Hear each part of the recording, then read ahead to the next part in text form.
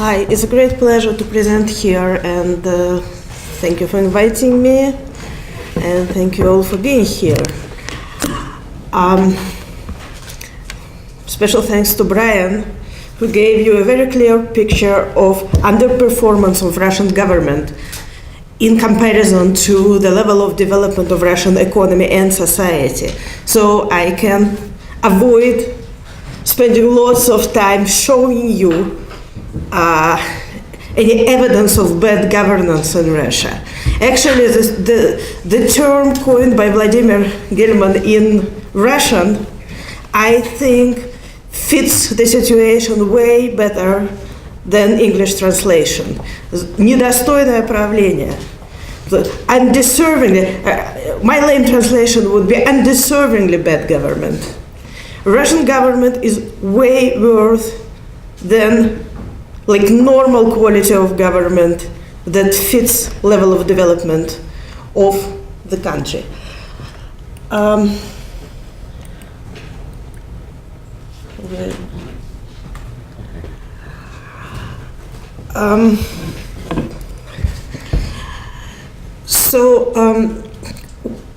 What is absent in my presentation is Vladimir Putin. No Putin in the picture. I want to look at Russian state as a set of organizations, as a set of bureaucracies, and look what's inside, what causes this underperformance, and at the same time does not interfere with the stability of the regime. What made me think about deficiencies of Russian state bureaucracies in this way is the puzzle of such a bad government so smoothly surviving economic and political storm of 2014. We had at the same time long-lasting systemic management crisis due to huge transaction costs. Bad government, bad bureaucracy imposes not only on economy and other kinds of human action, but on the performance of state agencies themselves. This crisis had been boiling since probably mid-2000s. Its perception was blurred a little by high oil prices, but now we have at the same time manifestation of this crisis and declining oil prices and post-Crimean sanctions and counter-sanctions by Russian government that probably hurt Russian economy even more. And still, well, maybe you would not expect the regime to fall out of this turmoil, but the regime hadn't been even shattered. It actually became stronger and more stable in post-Crimea period, probably. Within Russian government, there is lack of checks and balances that can explain this stability, at least checks and balances between traditional branches of power, with judicial system practically completely captured by executive branch and parliaments, especially local parliaments, are practically out of the picture. So probably if we answer where this general regime stability comes from, we might be able to think somehow about the regime robustness in general, why it is so hard to change, why it is, despite this bad government, despite huge transaction costs,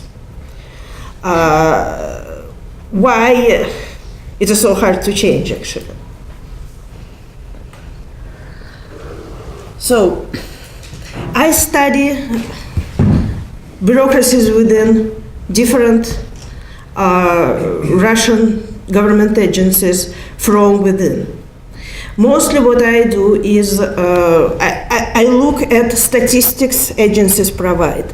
Russian governmental agencies, despite perceived non-transparency of Russian government, separate agencies produce lots and lots of agency level, federal level statistics. And they publish lots of aggregated data. In some areas, way more than, for example, Western governmental agency would publish. This data is not produced to serve academia or to serve society, to help society evaluate these agencies. These statistics are mostly produced in the process of internal reporting, internal performance evaluation. But then it is aggregated and put online, generally. So if you study the internal processes responsible for generation of the statistics, if you go inside agencies and interview people who report and who collect reports and who evaluate their subordinates using these reports, then you can interpret, you cannot take any Russian governmental statistic at its face value, including GDP figures. But if you study these processes, you can interpret them. And because people who are producing these figures on street level do not think about what the society or academia would think about it, they think about what their bosses would think about it, you can get quite an objective picture if you remember, if you keep in mind all the time these processes that generate the statistics. And my third source of data is just qualitative interviews, sometimes when possible observations within state authorities, and of course I analyze lots of open data from media. So here is the argument I'm trying to make.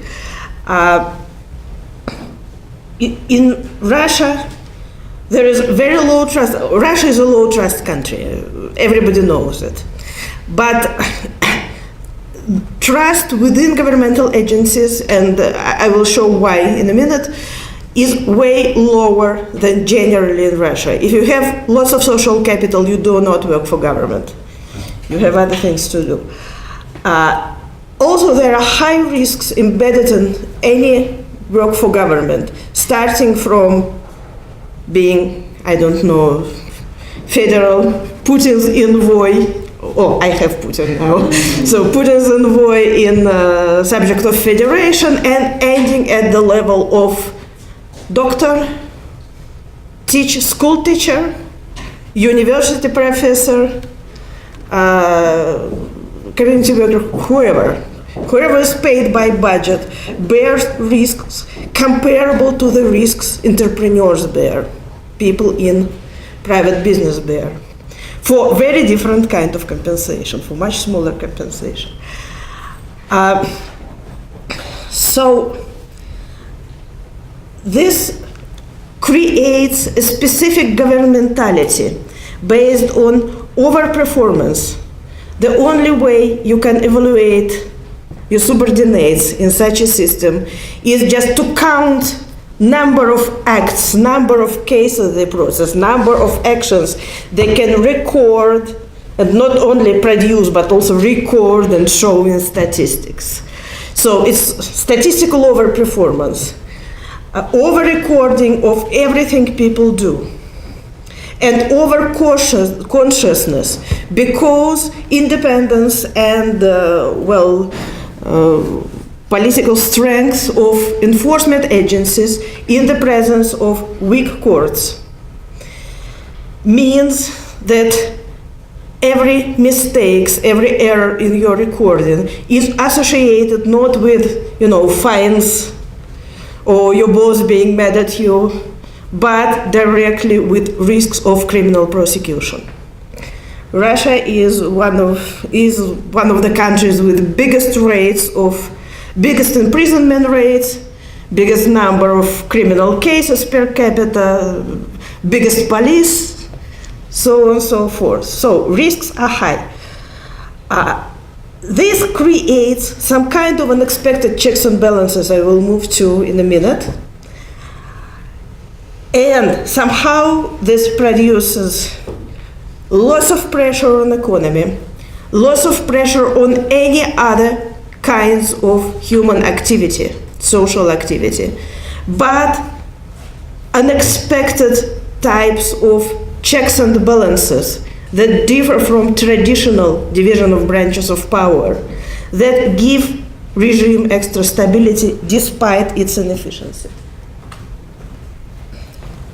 So this is pretty much the same of what I was talking about. So low trust combined with huge criminal prosecution risks means very dense internal regulations, very multiple performance indicators, very detailed performance indicators and record keeping, and all the time criteria changes. Criterias change. Of course, on the sides of people within the agencies, on the sides of people who work for government, this makes demand for some degree of bureaucratic autonomy very high.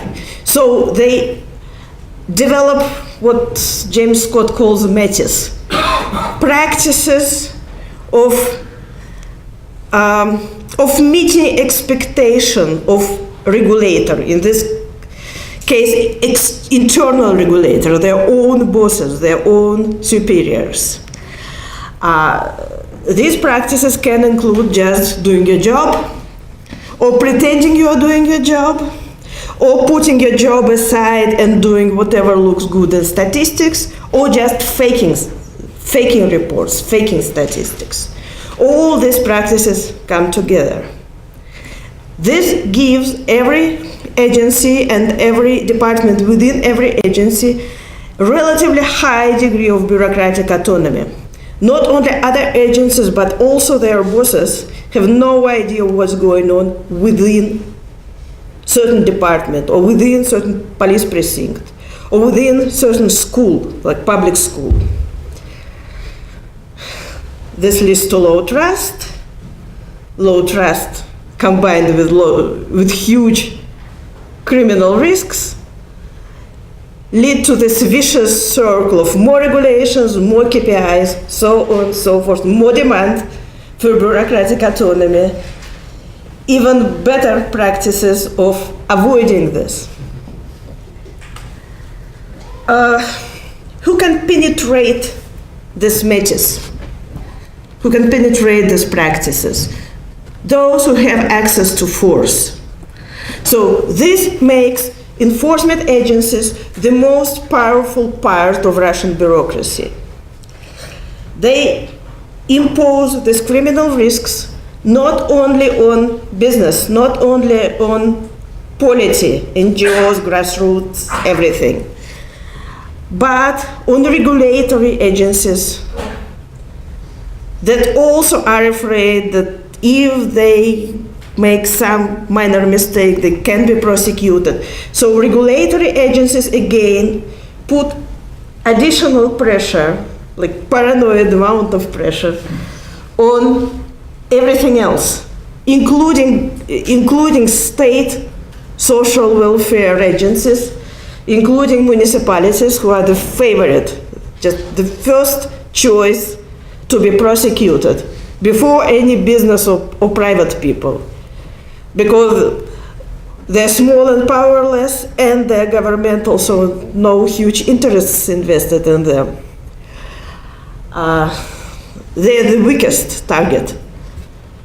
So we used to think about these three things as three separate problems. Pressure government puts on political sphere and NGOs because of political regime. Pressure government puts on business because probably of corruption and raiding. And inefficient social sphere, inefficient production of public goods by government itself, probably because government is bad. Actually, these are parts of one problem. This also creates some unexpected balance of power with enforcers on top. But there are other resources controlled by other, like types of government agencies with redistributors who have access to resources and regulators who have powers to evaluate records. And there are records even in Siloviki agencies. Enforcement agencies still have their accounting, their human relation department, their,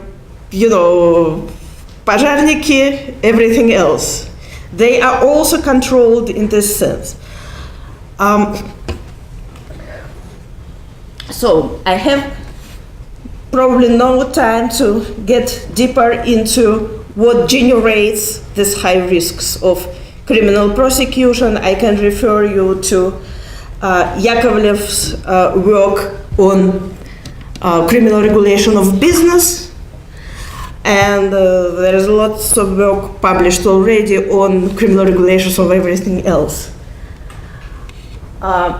This creates internal patterns of control that, again, I have no time to get deeper into, but in general, that put huge transaction costs on, first, any activity that produces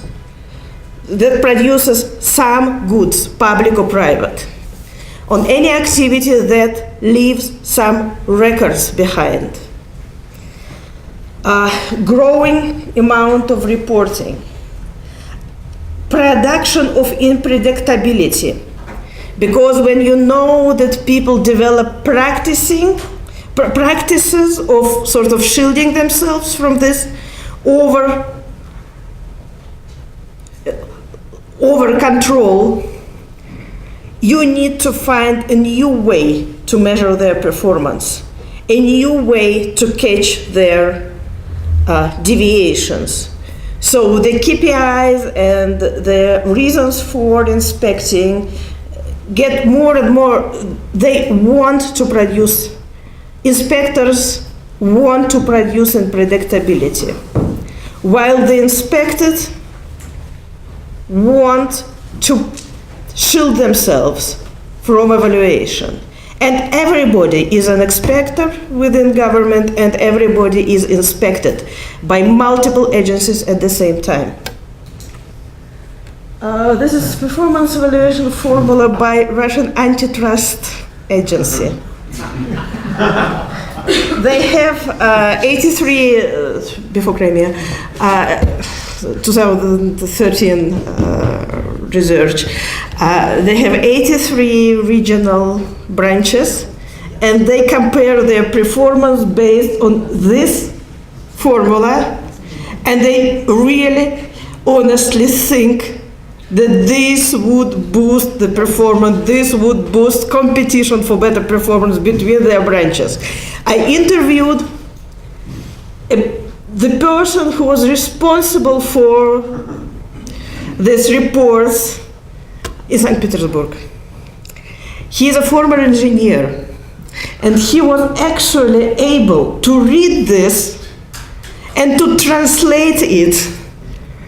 And then he said, okay, this is kind of stimuli they want to impose on us. And then I asked him, okay, what have you done with it?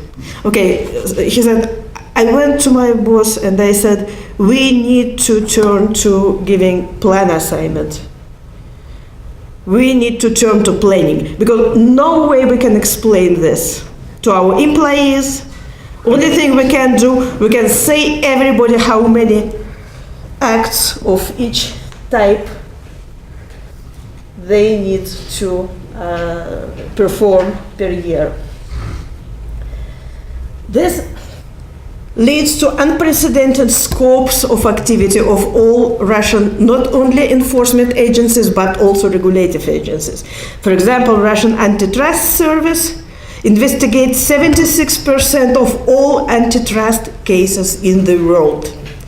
Typical antitrust case by American antitrust agency is something huge, federal, that goes to media.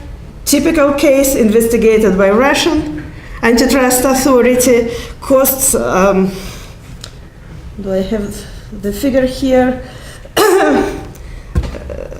Believe me, it's small. Okay. Actually, normally concerned middle-sized business, if not small business, or municipality, or school, or museum. So, they are all looking for easy targets. They look for standard case. They do not work on serious cases, not because they're afraid of, for example, political force of those involved in serious cases, but because serious cases require lots of time, effort, and qualification, and they need to perform they need to process lots of cases. Social services sometimes not serve, but victimize recipients within this logic of risk avoidance. And of course, they're generating nearly prohibited transaction costs on independent activity.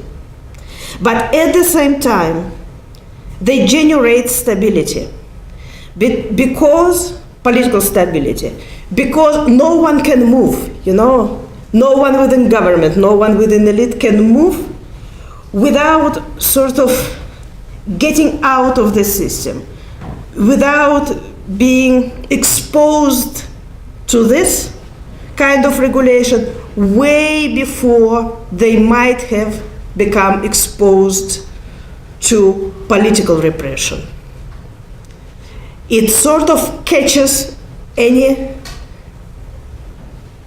not routinized activity very far from where it can become politically dangerous, politically shattering for the political regime. Thank you. That's all.